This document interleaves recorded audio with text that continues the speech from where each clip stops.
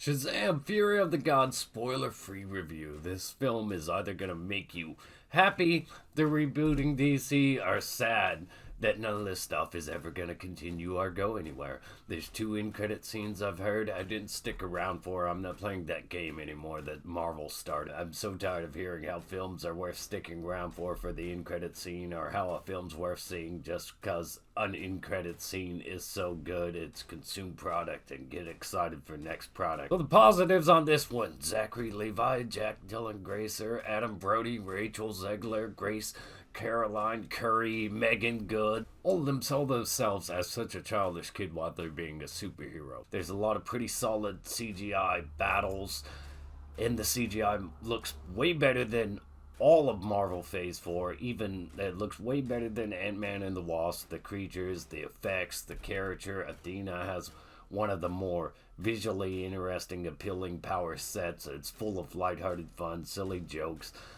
Some of it works, some of it doesn't. Adam Brody and Jack Dylan Grazer do an amazing job as Freddy. There's plenty of nods to the rest of the DC universe, which doesn't matter anymore, but they do them well while keeping themselves isolated enough to stand out on their own in a shared universe. The one thing I enjoyed more than anything in here was Billy Batson, Shazam's crush on Wonder Woman, that runs all throughout the film. But there are also a lot of negatives to this film. Between the trailers and TV spots, you've pretty much seen the entire movie. Maybe some of this would have been more effective had they not shown so much, had some of it been more of a surprise, but nothing was a surprise. The movie does go bigger than the first, but not in the way that it should. The first heavily leaned into family, its importance, and all the superhero stuff was more of a backdrop. Now the superhero stuff is at the forefront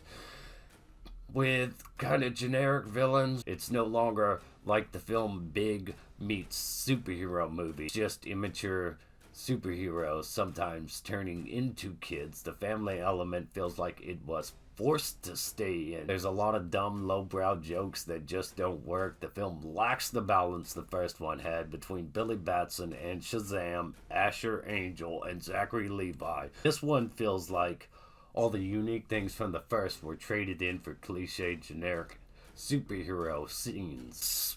Pretty solid, but it's nothing special, so it's a likable film. It's an entertaining film, but it's not a great or amazing film.